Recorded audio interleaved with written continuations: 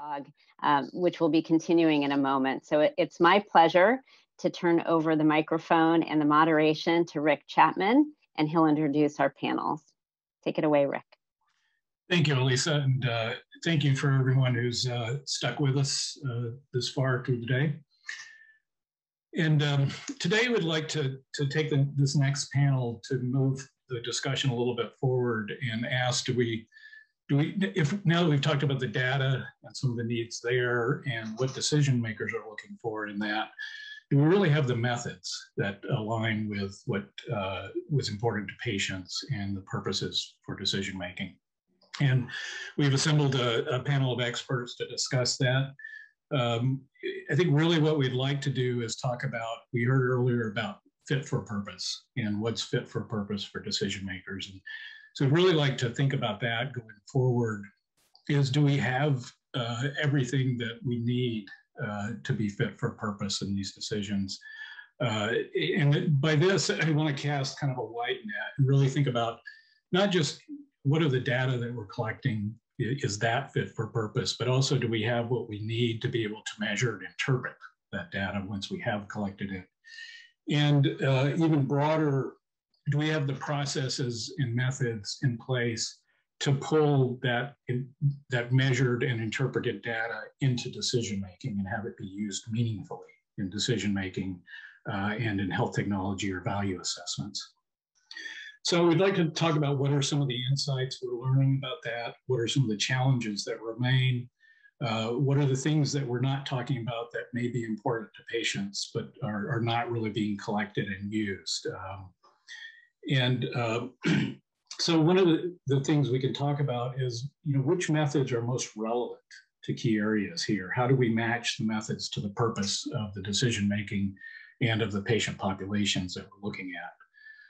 So some of the things we can ask, are we measuring the impacts that matter most to patients? And if we do know what matters most to patients, are we capturing that data at the right time and from the right populations and subpopulations? Are we really getting a representative look at what's going on with patients?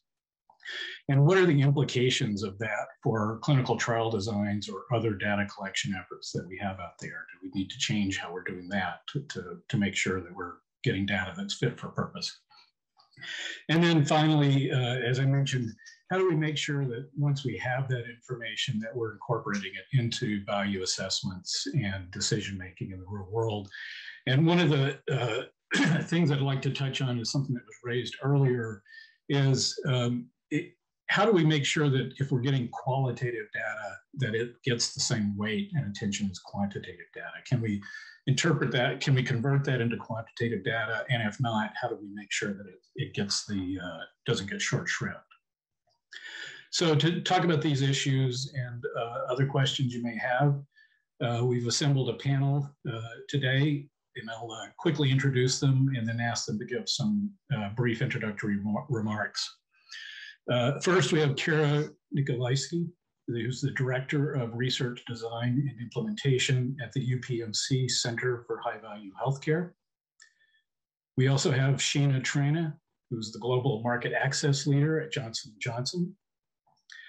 Juan Marcos Gonzalez is the Associate Professor at the Duke University School of Medicine in the Department of Population Health Sciences. And then finally, we have Upal Basu Roy, who is the Executive Director of Research at the Longevity Foundation. And so I'll ask you each to give a few brief remarks as we start, just your thoughts in this area, and we'll go in the same order that I introduced you. So we'll start with Kara. Hi, everybody. Thank you so much for having me.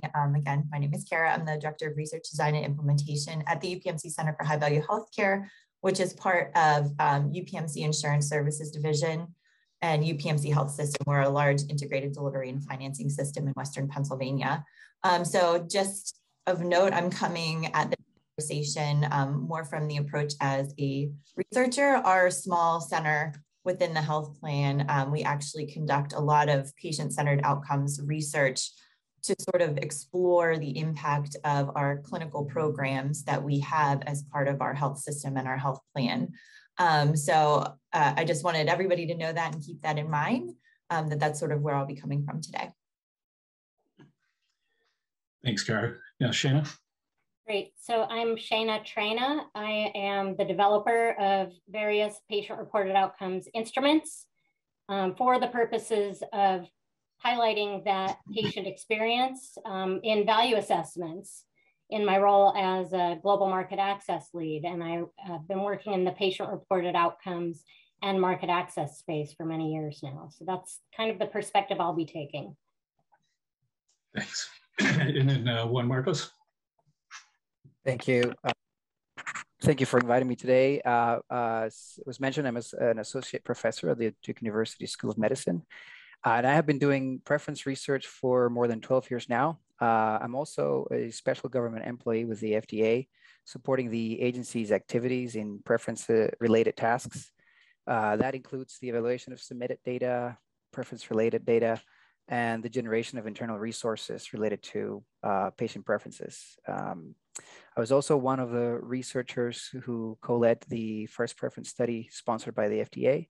And so I guess that's sort of my vantage point today. I bring to the table sort of that history of patient preference use and generation within the regulatory space in FDA. Thanks. And finally, Upal. Thank you so much for having me. So my name is Upal Vasuroy, and I am the Executive Director at Longevity Foundation, and we are a lung cancer patient advocacy group. Before my tenure at Longevity Foundation, I was a basic scientist in the public health research and academia, and the intersection of methodology and patient centricity is very near and dear to my heart. At the foundation, we'll be doing a lot of patient experience research and with also a focus on patient preferences. And I'm particularly very excited about today's discussion on what methods are fit for purpose. And as a patient advocate, I would challenge all of us to basically answer a very fundamental question: is fit for purpose really fit for patients? And I think in theory, we would all love to see research that replicates the PCORI model, which is truly bottom up, where patients are involved right from the inception of research to the dissemination of results of the research project. But in reality, I think we're always making compromises, giving time constraints, human resource constraints, and financial constraints. And these are all real constraints, and I'm not underestimating the impact of these constraints. But I still think we do need to answer this very, very fundamental question: is fit for purpose really fit for patients? And are we tilting the balance towards rigor at the cost of patient centricity? And again, looking forward to a great discussion today. Thanks, Upal. Raised a lot of issues that I know we'll touch on as we continue this discussion. So I'd like to touch on one of the things you raised, which is is fit for purpose, fit for patients. And you pointed out rightly that there are a lot of constraints that we're going to face throughout this process. So given that, at a health system level, what key criteria should we be considering when we think about issues like that? What should we be thinking about when we're evaluating different methods or measures for looking at patient perspectives? I'm happy to start us off. Sure. A couple of things that immediately come to mind are: is it usable? And is it not overly burdensome? So if we're collecting information from patients, are we burdening them to provide us every detail of their lives and, answer a million questions so we can better support them? What's that balance of getting the information that we need to move forward versus burdening them? And then also, is it usable? So once we obtain that information, which I'm sure everybody here is very interested in doing, what do we do with it? Do providers have ready access to it? And can the information obtained from the patient and their perspectives somehow be integrated into a provider workflow or a clinical program or a value-based payment design to ensure that it's usable and that it actually sort of benefits the intended audience or the intended target? So I think those are two key things for me, at least from my perspective. Any others? I would just add, sorry, go ahead, Dr. Traina, go ahead. Sure. And from my perspective, and I just have to say the disclaimer that my views are my own and not necessarily reflective of Johnson & Johnson. And thanks to the organizers for inviting me. the US healthcare system really does have a lot of strengths. But as we learned from the patient representatives we heard from this morning, really there's a need for improvement to incorporate patient perspectives and patient voice into everything that we do. But I think I just want to back it up for 1 second. We haven't heard this yet today, and I want to make sure we all understand what is a patient-reported outcome. I think it's really important. A patient-reported outcome is a report coming directly from a patient about how they're feeling and functioning without interpretation by anybody else. And that's pretty much the official definition of a patient-reported outcome. So we were talking about continuous glucose monitoring and time in range, which we learned at the summit at the FDA about 5 years ago. That was about outcomes beyond HbA1c, is very important to patients. But we heard from patients this morning, different goals for different people. There's a lot of heterogeneity. There's no specific amount of time and range that we could say is of value or of less value, because it really depends on the patient's perspective. So a patient-reported outcome regarding time and range would be something about how they feel, about how they're doing with respect to time and range. So CGM data, continuous glucose monitoring data, can be used to look at time and range for glucose values in a diabetes population. However, it is not counted as patient centricity and including directly the patient voice into what we're doing and when we're looking at value assessments for new technologies. Yeah, I think that's a good point. And I'll also point out that patient-reported outcomes are not necessarily patient-important outcomes. And there may be outcomes that are important to patients that are not collected through a patient report, but through other means. And so I think it's an important distinction to keep in mind. Any other thoughts on this before we move on? I was just going to sort of add to what Dr. Nikolajski mentioned. And before doing that, a big shout out to Dr. John Bridges. I see he mentioned, he put a comment in the chat, and we had the privilege of working with Dr. Bridges on our first patient preference study. And I still remember his first question, which was, are we asking the right question that's important to patients? And Dr. Perfetto mentions the same thing as well. And which brings me to the two other factors that we should be considering when we're thinking of methods. That's accountability to the patient population and transparency. Why are we collecting that data? What that data is going to be used for? Great.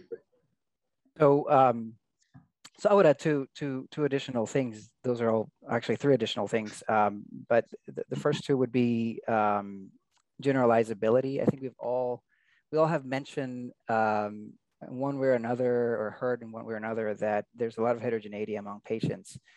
And so we need to think about whether the method allows us to capture that. So in my view, generalizability is not quite the same as representativeness. I don't care about the average patient. I want to know about the different views that exist in the population. And that means not matching necessarily the characteristics of the patient in our sample, but trying to get as many perspectives as possible so that we can understand the distribution of those views and make an assessment on their prevalence, right, within the patient population. The other thing that is really required of any sort of data is validity. I mean, we want to make sure that the information that we're getting is indeed representative of the patient perspectives. We live in a system in the health industry where there are a lot of stakeholders, interactions when it comes to decision making.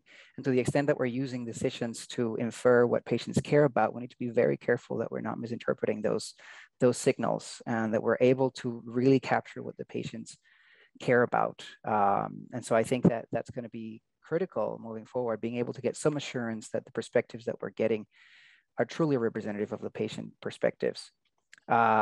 And then I wouldn't be a very good economist if I didn't bring the concept of cost. In an ideal world, we would be able to collect all the information that is necessary to make a fully informed decision, but oftentimes we cannot afford that for various reasons. As Upal mentioned, there are some constraints, and so I think that just highlights the need to prioritize within our work. And I think that's yet another way to think about how patient preferences come into play and patient perspectives come into play, because if we are to prioritize, I think we definitely need to consider the patient perspective and what ought to be prioritized. So it's not just universally what we're going to be measuring, but if we can't measure it all, what would be most critical? Yeah, those are all good points. And I think we could spend a lot of time talking about a lot of these issues. I did want to come back to one thing, though, which is it was brought up that this data needs to be usable. And I would like to say beyond that, it needs to be used. And so one of the things I'd like to ask is, assuming that we figured out how to collect reliable, valid, generalizable data from patients and what's important to patients, how do we then make sure that that gets used by decision makers and gets used in health technology assessment or value assessments going forward? Are there certain processes or procedures that we need to have in place to help out with that? Yeah, absolutely. I think I can start, and then maybe Juan Marcos, it looks like you have something to add as well. I'm thinking that, we want our data that we collect from the patient's perspective to be reliable and valid. And one way to do that is to stop putting in our peer-reviewed journal articles that a limitation of the study was that these are subjective data, or these are only patient-reported data. That's actually valuable data, and it's not a limitation of the study. And that's something we can all do today. The next publication that you're writing, partner with patients to write the publication and have them as co-authors, have them help interpret the data that you're looking at. And secondly, make sure that you're not putting that patient-reported outcomes data is a limitation of your research. Good point. Yeah, I think that's absolutely right. We face sort of a challenge when it comes to selling how rigorous our methods are. Preference research is not going out there and putting together an opinion poll. It's actually research. It's an experiment that we're conducting, trying to be very rigorous about what matters and what doesn't matter as much, right? And the same with PROs and COAs more broadly. I think it's a scientific endeavor, and so I feel like we need to work a little bit to help others in decision-making roles understand that and sort of give it the value that it has. From my experience with FDA and just broadly how FDA has tackled the incorporation of patient preferences, I guess what I wanted to add is that in that context, it really helped that FDA identified a very specific use for these data. There were a lot of ideas out there in terms of how this could be used for regulatory decision-making, but they focused on one specific aspect, benefit risk evaluations, and how they could supplement the information that they were getting from the trials with patient perspectives on that matter. They took, I have to give them credit, particularly the Center for Devices, they took the leadership role and actually sponsored a study and got their hands dirty and did the study with the research team. And it was at that juncture that I believe they realized that this is actual research, that there are also a lot of decisions that need to be made when you're conducting this research, and that it's not as easy as it seems. And so for that reason, I think they started to understand that the value of those data, and that it's not as easy as telling someone go out there and collect some data. It has a cost, it takes time, but it can be incredibly useful. And so once they adopted and issued guidance on that matter of benefit risk evaluations, the doors were open. And since then, all these other ideas about how we could use this evidence from patient preferences have reached other areas that we'd never thought could be actually impacted by this information. I mean, we're talking right now, there's some discussion about potentially using preference information to determine how to power a trial, because the value of, or the weight of the evidence is not equally appreciated or valued, I guess, by the patients. If you're talking about a very critical outcome, you may want a lot of evidence on that, maybe beyond the 95% confidence level, right? But if you're talking about something less critical, then something a lower level of confidence might be completely acceptable. And so that can actually trigger a real change in terms of trial design. And that wouldn't have been possible if the FDA wasn't convinced first that these are valuable data and understood how to use it as a proof of concept through that benefit risk evaluation approach. Great, thanks. That's a good example.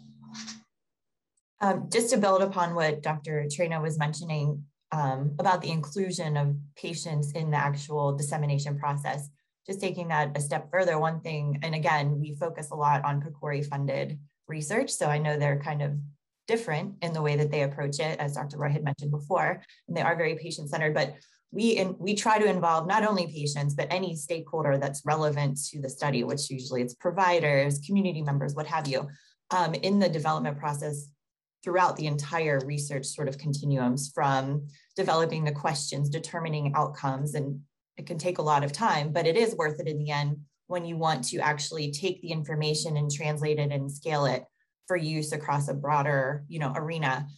Without kind of doing that legwork, we find that you're less likely to be successful because you don't have the buy-in, you don't have the preferences noted of all the various stakeholders that may be helping support the scaling of a program or an initiative. And another quick thing to mention is that one thing we also like to do is make sure we're sort of taking an implementation science framework approach to what we're doing. So kind of looking at the various contextual factors that come into play when implementing something. So we're taking as many of those as possible into account within reason, but that definitely helps us with sort of finding ways to better utilize the information we're getting and then scaling a program or an initiative or what have you. So. Good, thanks. And this is a good time to put in a question that came from the audience. Can you give an example of how UPMC has used patient data to inform clinical workflows and how that was usable? Yeah, I have quite a few examples, but this is more kind of a boots on the ground example. We are in the process of completing a large PCORI study looking at care management services, both virtual or digital versus in person. And, when implementation first started, I think a lot with research and with, any sort of clinical program, there are certain people that believe they're the experts because they're the ones that made the program or are implementing it, but we don't do our due diligence to talk with the people that are utilizing the program kind of upfront. And we've obviously learned from these lessons, but when implementing a new technology, for example, for remote monitoring, which is becoming very popular, we were finding that a lot of people were just having a lot of trouble engaging in the remote monitoring program. And we wanted to figure out why. So, through interviews, we do qualitative interviews, through just kind of having phone calls with individuals that were using the technology, we were finding common themes about, what were some of the challenges and what needed to potentially be changed in our workflows to better support people that were using our program. So that direct patient feedback was then integrated into our clinical workflows so we could promote engagement in the technology that we were hoping people would use. And it's definitely worked out a lot. We saw a really big increase in engagement in the program. Thanks. That's a good example.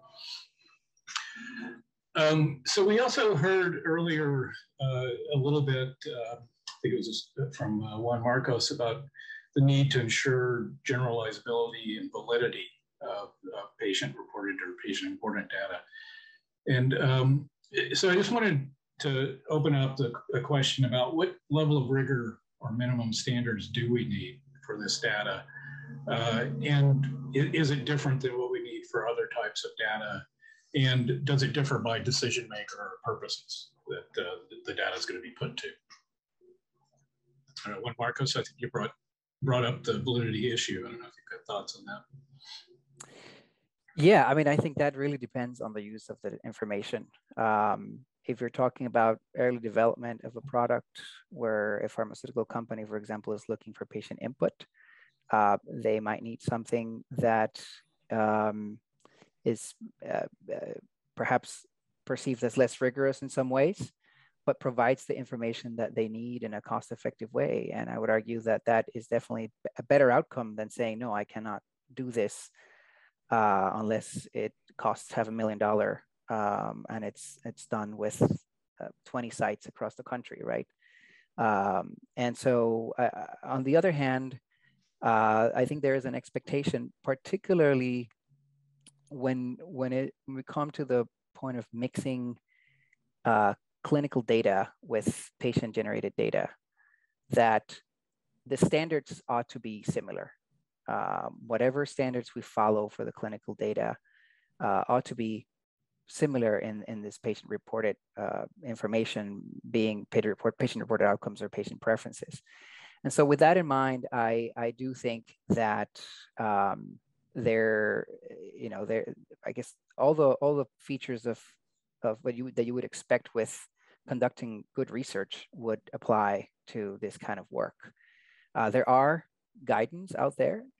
Importantly, FDA has issued guidance on the use of patient preference data and on the use of patient-reported outcomes. But outside of FDA, there are professional organizations that have put really good practice documents like ISPOR or MDIC that I would say serve as great reference for anyone who wants to conduct this kind of research. Ultimately, I think the issue is definitely dependent on the user, on the ultimate user, and including the generalizability. I want to make sure that I'm clear that I didn't mean to say that, again, we cannot have research that doesn't consider every person in the community, but we do want to give as many people as possible the opportunity to share their views.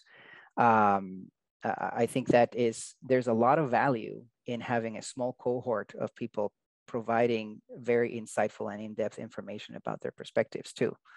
So I think that's also something to consider. Yeah, and I also think that it depends on the disease state that you're asking questions of. I see Upal nodding his head. Some diseases are quite rare, and so there may be very few patients that you can contact and ask about their lived experience. And some disease areas are chronic diseases that are very, very common, like type 2 diabetes or cardiovascular disease. And then there's symptomatic diseases and asymptomatic diseases. And so the research questions there and the way that you get at the patient lived experience can vary widely depending on which disease state you're studying. Thanks. And I wanted to ask, this is maybe a question for Upal. We've heard about the distribution of perspectives and the need to get a wide or broad perspective on patients' preferences. Health technology assessment and value assessment, and to a large extent, a lot of clinical measures really concentrate often on measures of central tendency. So what's the average patient like? So how should we think about that and bringing in those sort of broad distribution of perspectives? How do we have that factor meaningfully into decisions when a lot of the machinery seems to be built around looking at the average patient or typical patient? Thanks for that question, Rick. And if you'd asked me that question 10 years ago, I would have said, let's go with central tendency because there is an average patient. But as a patient advocate, I would refute that and say that there is really no average patient. I think we are limited by our methods to really gather the patient perspective in its truest sense, to really gather that wide range of spectrum of opinions and perspectives. So I think we settle for central tendencies given the limitations of our methods. And I wouldn't actually say the limitations of our methods, the limitations of the attributes of rigor that we associate with methods. I think the methods are the methods, but I think we associate different levels of rigor with them. And I'll give you an example of what I mean by there is no average patient. If you take lung cancer as a disease, and again, sorry for wearing my lung cancer hat, if you're just talking about the general lung cancer population, yes, using a quantitative study to sort of get that average patient perspective might be helpful. But as you sort of go into the incredibly more molecularly segmented patient populations, I think that's when I think we sort of start hitting that roadblock of, is there really an average patient that represents sort of the entire perspective of this very rare subset in all its entirety? And that's where I feel that I think going back to what Dr. Trainer said, sort of not limiting ourselves by whether we choose a qualitative methodology or a quantitative methodology, whether it's subjective or objective. I think we should consider all methods to be objective. And that's where I feel that there is an incredible role for qualitative methodology to sort of really understand what that unique patient experience is and triangulate that data with what we have from quantitative studies. And I'm not saying that this triangulation will give us the average patient perspective, but I think it definitely moves the needle a bit more than just depending on quantitative studies that we traditionally, as a community, have depended on. I would add to this, Upal, I think, and Kara said this, there's a methodology for pulling out common themes from our qualitative and quantitative research to look at what matters to patients or what matters most and what's floating to the top. But also with respect to our methods in data analysis, we saw this morning an example where the baseline patient-reported outcome score predicted the outcome. And we've looked at this in oncology studies as well, where the patient-reported outcome predicts the clinical outcome over time, in order over time. Also, I've worked with data sets where a third of the patients improved, a third of the patients stayed the same, and a third of the patients declined over time, all on the same PRO instrument or measure. What we did then was we had to analyze the data separately. Of those who had a decrement at baseline, what happened to that subgroup? Of those who literally stayed the same, what were their clinical outcomes, et cetera. And that really helped. And it was actually a valuable use of the data. And it was slightly a different way than what we're used to doing. And I did feel that I had to fight a little bit with the biostatisticians who are not used to those types of methods, but it was appropriate based on the data leading the way. The patients told us how they were feeling and functioning.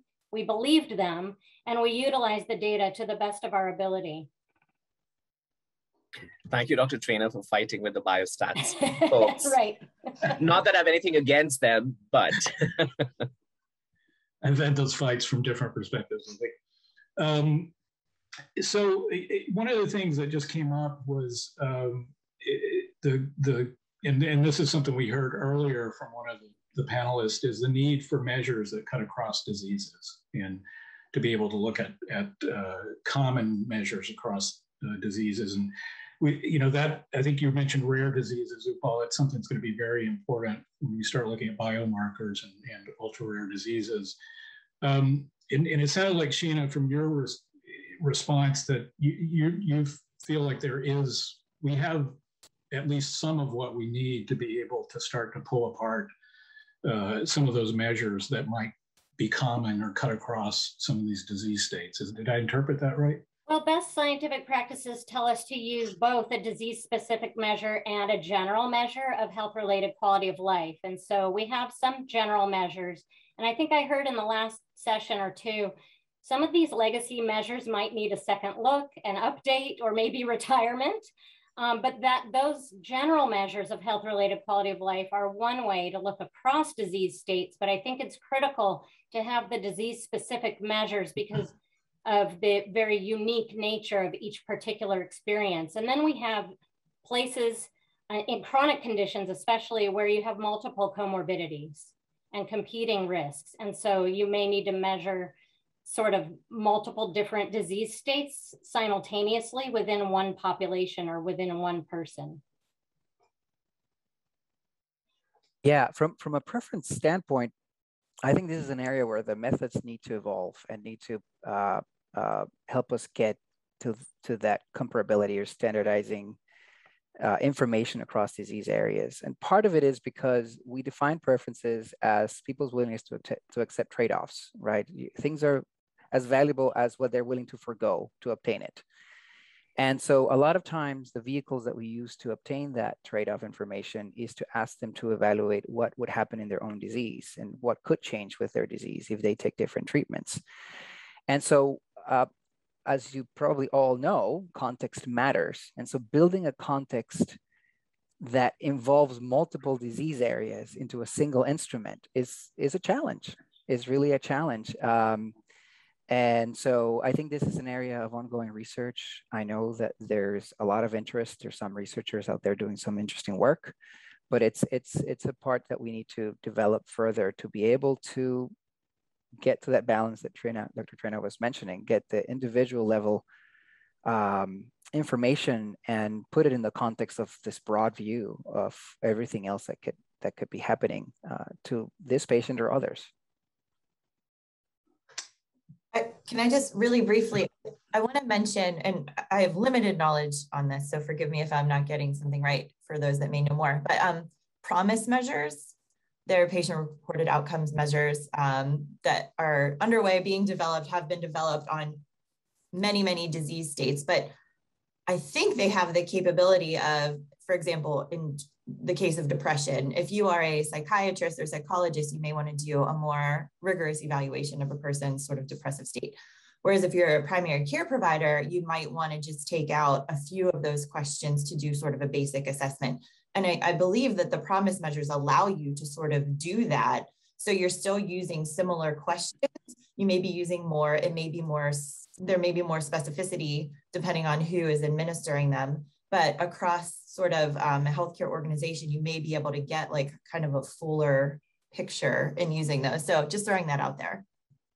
Yeah, that's a good point. And it was something I had thought of earlier when something had come up about ways to maybe focus in on certain disease-specific measures, but also have that fit within an overall generic quality of life measure.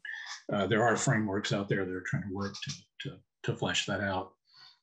I wanted to turn now, we had a question from the audience about how to involve patients in this process, not just as research subjects, but as actually, part of the process. And I think someone mentioned earlier the need for accountability and transparency when we're working with patients. And so how do we ensure that we are being transparent and involving patients from the beginning and throughout the process?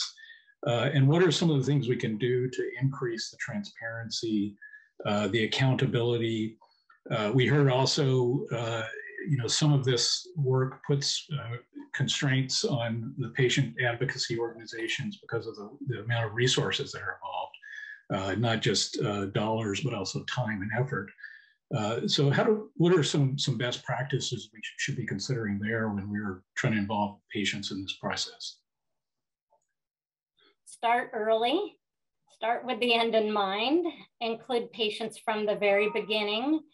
So in the pharmaceutical research that I do, we include patients in protocol design, the selection of endpoints, the design of the study, as well as the site selection. We learned from certain patient groups that the site mattered, whether or not there was internet availability while the patient was at the site was very important to a particular group. That helped with our site selection. It helps us run the trials more quickly and get better quality data when patients are involved from the beginning. Then obviously working up the analysis plans, the final analysis of the data that had been collected, reaching back to the patients that participated in the trial that supplied their data and telling them what the findings are is always really valuable. Writing lay summaries can be very helpful. And then all the way through and pulling through those publications that I talked about kind of at the end of the line, as well as into sort of real world studies or phase 4 studies, we call them, which is sort of after your product launches into the market. You want to continue to involve and evaluate that patient perspective in sort of that real world setting. There's a great article that just came out by Kathy McLean and colleagues at the New York Hospital for General Surgery. It talks about using patient-reported outcomes, or PROMs, measures in clinical practice. And one of the key points they make in that article is to explain to the patients why you're collecting that information. I think we heard that earlier today. Just partnering with people and not just using them as lab rats or research subjects, but really being in partnership in every sense of the word with those communities that you're serving, I think is the way to go. I totally agree with Dr. Traina on everything that she just mentioned. I think that's gold standard, and that's what we strive for, to involve in sort of every element of the process. A couple of methods or best practices that we've used, and I think they vary in terms of how long you're engaging a stakeholder and how many times you have the opportunity to meet with a patient group. But we've used things like stakeholder advisory boards or steering committees. So we convene a group of the target population or their caregivers a few times a year just to talk through general implementation strategies or, a research design, whatever the topic area is. But it does give us a way to get some sort of quick feedback, and we keep them in the loop by giving updates over time. We've included patients as study investigators on some of our larger trials, which has been just absolutely worth it in every way, especially just having their viewpoint at all points has been super beneficial. We use things like Delphi technique. If we need to prioritize outcomes, that's a good way to engage multiple stakeholder groups, including patients, to understand what outcomes are important to them. Learning collaboratives are another way. Focus groups and interviews. These are all things that we do for all of our studies, again, with varying levels of intensity. But in terms of best practices, I think those are some examples at least to consider. Thanks. Paul? I think Dr. Traina and Dr. Nikoliski both of them made fantastic points. The only thing I would sort of add is to keep a certain amount of flexibility in our methodology. I think when we are doing hypothesis generating or exploratory research, I think we can be flexible with methods. And I think those types of studies typically are more attuned to really gathering patient input. But when we are doing studies which have a clear fit for purpose kind of definition, I think we've already sort of decided the methodology if we have a fit for purpose, right? And I think that's where we need to be really flexible and adaptive to patient input and be able to tweak our methodology in a way that we don't lose sight of the fit for the purpose, obviously, but at the same time, make the methods meaningful to patients. I would really encourage adaptability and flexibility in study designs when we are thinking of fit for purpose. Thanks, that's a great point. So I know we've only got a couple of minutes left, so I thought I'd finish by letting you each have a chance to give final thoughts. And I thought I would sort of frame this with a question we got. It's kind of a call for IVF and other organizations to pull together a set of next generation measures in this area, and really to organize a platform to get consensus on what to use as part of a next generation measure framework to really move us beyond the current measure frameworks we have. I wonder if you had any thoughts in terms of just if you could pick one actionable item to help us move towards a next generation measure framework. What would you push for? What would be your pet option here? Well, I'll start with a bit of a pipe dream of mine. And of course it has to do with preferences, but I've always felt that this idea that in every other branch of science, you have to have 3, 4, 5, 10 studies to claim that you are anywhere around the truth. And with preference studies, we conduct one study and we have to accept that that's the truth. It's a little misleading and naive.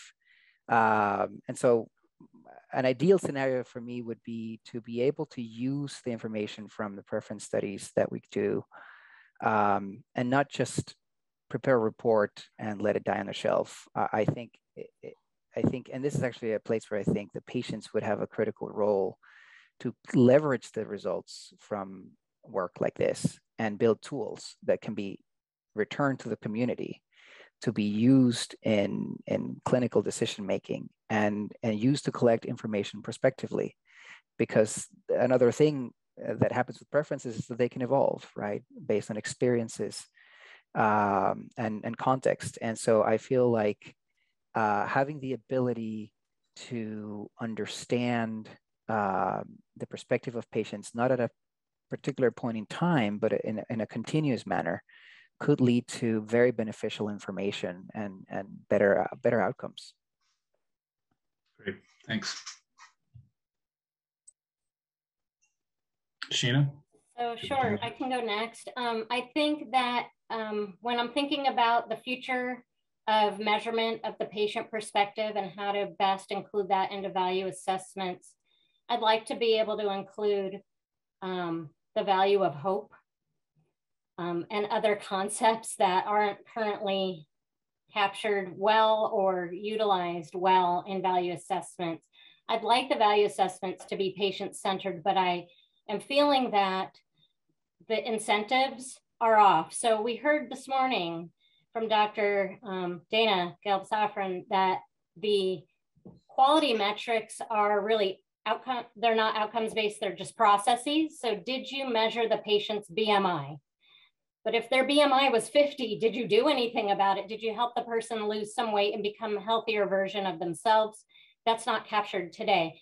So what we're paying for, what payers are paying for, what our healthcare systems in the US are paying for, the incentives are misaligned. So I'd like to see us come more to alignment so that it all becomes more patient-centered. Great, thanks. Kara, could I ask you for your final thoughts? Sure, yeah. I agree with all that's been said. I think one thing I would love to see in the future state is better data sharing capacity.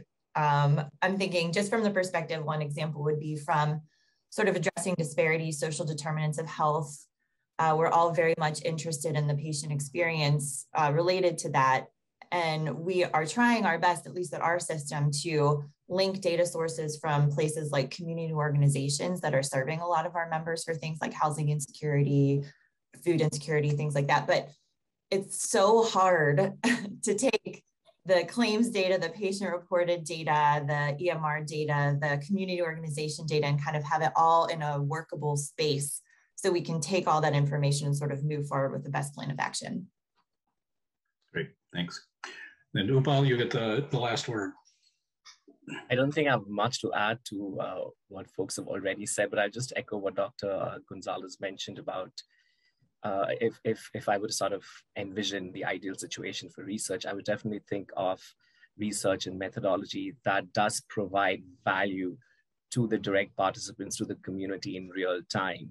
And I'll use the example of PRO measures. When we've interviewed patients with lung cancer and are participating on clinical trials about why they fill out PRO measures, most patients were unaware of why they were filling out PRO measures, and they thought that PRO measures were being asked to treat them or to manage their symptoms real time. So there was obviously a huge disconnect between what patients were doing and what was asked from the actual study. And that's where I feel that, going back to what Gonzalez mentioned, that if we have a mechanism where the research that's being conducted, the data that's being collected can inform patient decision-making in a real-time fashion or policy-making in a real-time fashion, I think that's truly impactful, because I think that really gives patients the opportunity to see their voice really translate into action. And that's rarely the case. Great, thanks. And I want to thank all of you for this great discussion. I think we could have gone on much longer, but I feel good that there's a lot of work to do here, but it's doable. There's things we can bite off and make a difference on. So thank you very much. And now I'll turn things back over to Elisa.